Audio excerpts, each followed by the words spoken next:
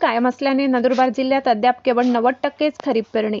2,43,000 हेक्टरवर पेरणी पूर्ण, उर्वरित 27,000 हेक्टरचे भवितव्य अधांतरी. खरीप हंगाम संकटात. नंदुरबार जिल्ह्यात उर्वरित 10% पेरणीबाबत अनिश्चितता कायम. कापूस, मका, सोयाबीनच्या लागवडीला फटका, पावसाअभावी शेतकरी चिंतेत. नंदुरबार जिल्ह्यात यंदा पावसाने दीर्घकाळ ओढ दिल्याने खरीप हंगामावर मोठे संकट निर्माण झाले. खरीप पेरणीचा कालावधी संपत आला असतानाही जिल्ह्यात अद्याप 100% पेरणी पूर्ण झालेली नाही.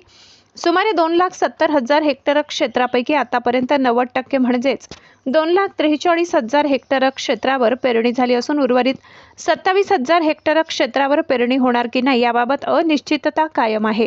पावसाअभावी कापूस, मका आणि सोयाबीनच्या लागवडीवर परिणाम झाला असून केळी, पपई आणि मिरचीची लागवड तुलनेने समाधानकारक झाली आहे.